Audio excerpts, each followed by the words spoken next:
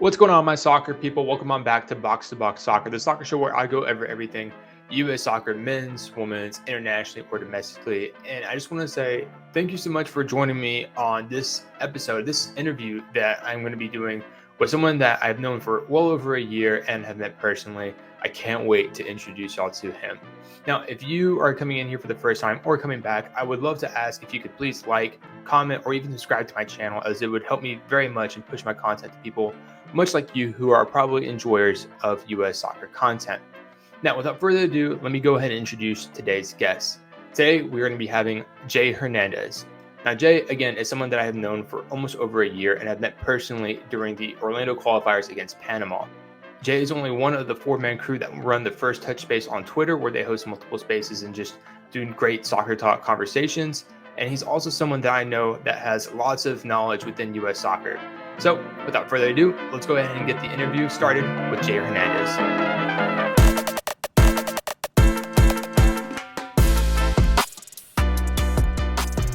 Jay, what's good, my man? Welcome on into the show. Hey, what's going on, Alan? How's it going? Doing all right, man. Listen, just wanted to know if you could introduce yourself and give us a little bit more information about you really quick. Pretty much, I go by Jay Hernandez on Twitter. One of the members of First Touch Space. We host a space kind of random times, especially when a national team is playing. I think we hit it pretty hard. But it's myself, Edgar, CONCACAF Edgar, Jason, and Gideon. So, yeah, we've been doing it for a couple months now, and it's been fun. Yeah, I remember, first kind of stepping into those spaces. I think y'all kind of celebrated a 1-year anniversary pretty recently, I think. And I remember just coming in and hearing the talks, and they've been really engaging in the way that y'all are really open with everybody, kind of coming in and talking for the most part is really awesome, and I think is really good for the community, man. Yeah, I mean, we like to give everybody a chance to say their point of view. Some people say outrageous stuff, but hey, it's part of the whole U.S. soccer community, right? Hey, sometimes it's free entertainment, and that's fine. But hey, everyone has their thoughts and opinions. But I really want to know, man. You have like a Galaxy jersey on, and you got the everyone who kind of knows you and follows you on Twitter knows that you're a hardcore Galaxy fan. But I need to know, why Galaxy? I mean, Chivas was there for a long time before they kind of broke apart. But why'd you end up becoming a Galaxy fan? Well, I was a fan way before like Chivas USA, of course, way before LAFC, and it's mostly because I'm Salvadorian heritage. Mm-hmm. So at the time, the Galaxy had a Salvadorian player, Mauricio Cienfuegos, and Oh, he's okay. like somebody I looked up to. So someone in my whole family kind of gravitated towards. So I kind of fell into that. That was my team. That was someone I could be familiar with and identify with. Mm-hmm. Yeah, that's why I Yeah. chose it. Awesome. I gotta know, man. A lot of people can't say they supported a team that has like 5 MLS Cups or something like that, right? Yeah, 5 plus. So, yeah, what was it like kind of like growing up in a time, especially around like the Beckham and Robbie Keane era where, the Galaxy were just smashing the league, man? I mean, at the time, I guess sadly I could say we kind of didn't appreciate it as much as we should have now. I mean, looking at how the club's looking now and the kind of signings that they're making, you're kind of like, damn, I kind of miss those times, when we were winning it all, and we had guys who would just dominate, and it's a little tough now, but I'm still a fan. Win or lose, you're still a fan, but it makes you appreciate those times a lot more now. Yeah, man. I don't know what's up with them. They seem to be having their head in the right idea of whenever they're wanting to sign, maybe like a star player that's got some type of skill, or maybe some kind of like younger player that has some kind of talent. But and a lot of those moves that y'all been making haven't really been folding out properly for some reason. I don't know what it is. Yeah, not at all. Hopefully, we start making, better signings in the future. Ricky Push should be exciting. He's an exciting kid. Someone you could kind of like build a team around. Mm-hmm. You have are pretty good. Jovic is pretty good. So, the guys you could build a team around. Yeah, Jokic is really looking So like a excited promising player about for that. the Galaxy, man. Oh, you're all good. But Yeah. I want to know what you think about the Galaxy, LAFC, and pretty much the entire MLS system, the way it's going right now. It's obviously still a growing league, and I'm not going to really touch base on promotion and relegation. Personally, I think it's a long, long ways away, so I'm not going to touch base on Right. it too much. But I want to think like the way that U.S. soccer is going right now with MLS, especially. Do you think it's sustainable? I mean, we're competing well. We just won the CONCACAF, Champions League. But do you think the way that it's going right now is sustainable for soccer to grow in the United States, or does MLS need to do more to change? Or what's your opinion on that? I think it's headed in a good direction right now. There's different ways that clubs are building their team, whether it's youth development that you're seeing it throughout. You saw it with Dallas, you see it Mm-hmm. now with Philly Union, how they're building their academy, and that's their approach. Where you have teams like Atlanta United, it's not going well for them right now. Teams like Mm-hmm. LAFC, who are doing really well, and Galaxy and Seattle Sounders, who invest a lot in DP signings and try to get big names out here, and that moves the needle. That moves the needle. But there's more than one way to be successful in a league, which is good. It means that you don't have to buy star players to win. Look at Philly, how they're leading in the East. They don't have star players on their team, but they have a good core of players and some young players that you could kind of build a team around. So I mean, I think the MLS is heading in a good direction. They're selling players to Europe now, and they're making money off of that. So when clubs realize that you can make a profit off of developing players, that's gonna motivate them to invest more in academies, or bring up the youth players around their area. Yeah, So I I mean, mean, I think it's good. yeah, I mean, it's especially if we look back the past 10 to 15 years, back when Tolman was still playing for the Revs, I mean, the amount of talent that's like jumped, the amount of money that's been invested, and everything. I agree completely. Soccer is definitely hitting in an upright direction. Um, I do have a lot of people that comment on my videos on TikTok and stuff like that talk about how can we increase the product on the field. Do you have any kind of input that you like for that? We have a lot I, of foreign players coming in and stuff yeah, like that, yeah, but yeah, yeah. I think the rules are a little confusing, for the fan base. A lot of the stuff is like, I don't know if it's purposely confusing, it's just confusing in general. But I wish some of the rules that they've have for the salary cap and TAM, the GAM, all the stuff that confuses some fans. They would just do away with some of that stuff and just increase the salary cap altogether. I think they'll give teams a lot more freedom to sign players that they're trying to sign without so many restrictions. I'm not saying get rid of salary cap completely, but expand it a little bit. yeah, I completely agree. You know, I don't necessarily go too deep on articles, especially like I know the Athletic is normally a really good spot for resources and stuff like that, but I hear often now that a lot of managers are wanting to spend more money on their teams, but a handful of owners are kind of like holding that back sometimes. And Yeah. sometimes I feel like maybe a little bit of a cap raise, maybe a little bit more of a floor raise is necessary because I think you know there's a lot of owners that have the money to put a better product. It's just I feel like they're lacking a little bit. I think we mentioned how FC Dallas really focuses on their academy and tries to sell players as like a key point to kind of make their money. I think it's just an interesting in general kind of balance or ways that teams want to make their own money and operate, and more teams should probably have that freedom. I don't know if that's something that you agree with or have an opinion on either. No, definitely. It's like I agree with you on the minimum thing. Like you have teams like San Jose or spending the money to get the players that they need. And I think that kind of slows the growth of the league. You're kind of you're only as good as your lowest team. So if your lower teams are pretty bad, that kind of drags down the league. Yeah, I completely agree.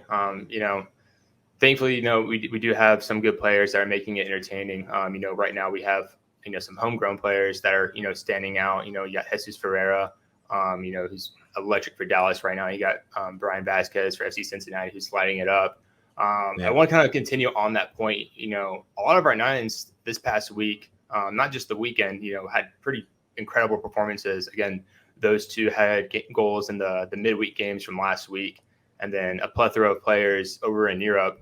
What do you think about the 9 position right now for the U.S. men's national team? It's an area that for a long time people thought we were struggling in, and then we had this week, and it's just an eye opener. Do you think we have a problem at the 9 still, or is it still a giant question mark?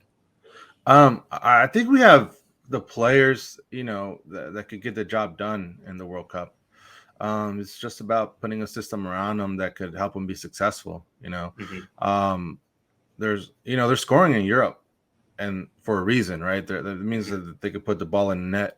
And the guys who have been playing in MLS, lighting it up, like you mentioned, I mean, those guys have kept scoring all season. So it's not like they're just on a streak. It's it's kind of a season-long streak. Mm-hmm. So we have the players. It's just for me, it's just picking the ones that fit the system the most. If it's going to be how Greg wants to play. Yeah. Can you highlight on the players that you think might be the best for Greg's system right now, especially if we're going into September camp? To me personally, and hopefully, he continues to play this position, but Josh Sargent to me is the one that's the most complete player that's going to do everything that Greg wants him to do. He's everything that, Greg is looking for in a striker. He could connect, he could press, he can, he's technical. He's pretty decent in it. With his finishing, if he scored 3 goals in the last 2 games. If he continues to score, he's going to come in the World Cup with tons of confidence. That's one of the players to me. If he's in form, he's starting. To me, he's your starting 9. And then you have, depending on what Greg wants to bring, you have Ferreira, who probably plays as a false 9 if that's what he's looking for. He's probably the best or the most experience at playing in that position. So if you want someone like that, then that's going to be the guy. As far as like Haji Wright, he brings something a little different than what a player like Pifak might bring. Haji Wright is more athletic. He's probably a faster, quicker. But Pifak is just in the box. He could be lethal. So if that's something that you want, then you're gonna definitely pick that player. And then Vasquez, who's got a little bit of everything.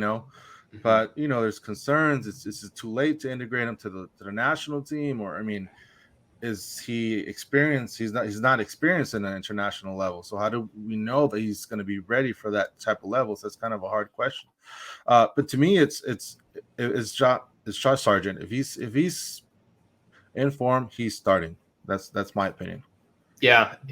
I think a really big, note on that is that he had his first 2 9 starts for a little over a year now. During Werder Bremen, he was still playing kind of as a striker, but wasn't getting really the service that he needed to kind of perform at that level. And in the Premier League, playing out in the wing, and he just wasn't getting that 9 position a chance really. But the fact that he came in and grabbed that position by the reins and just dominated, he had that header goal, and those goals that he had, like, I mean, if you watch Josh Sargent's goals versus Haji goals, no offense to Haji, because I absolutely love the dude, but Josh's goals, man, they were great finishes. I mean, smacking it near post on a guy and then sliding it far post. I mean, you're absolutely right. We know that he has that quality to be a player like at a high level.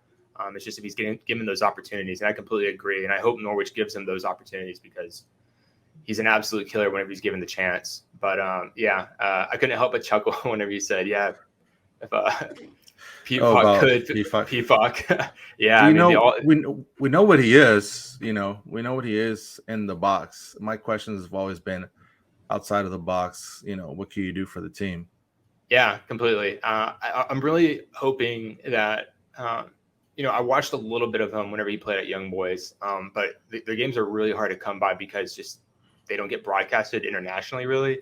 Right. I probably caught maybe a hand count of games on some like weird sketchy stream, but he doesn't move bad transitioning to the attacking third from the middle third. But I'm also like really looking forward to see how he does week in and week out now that he's on a platform that does stream every week essentially.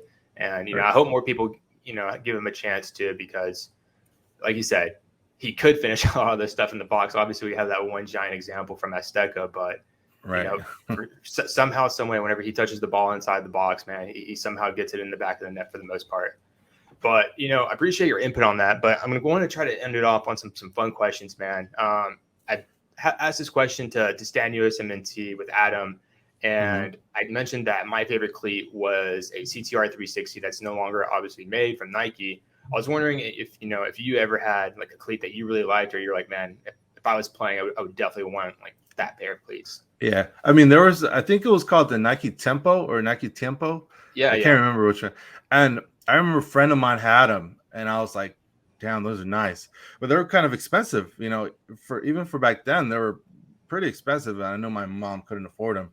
So I was like, man, I wish I could buy a pair, but they were really expensive. So I never got a chance to get them. Yeah, did you know like what kind of color you wanted them in, or like any kind of like specific? Yeah, because they did come in a.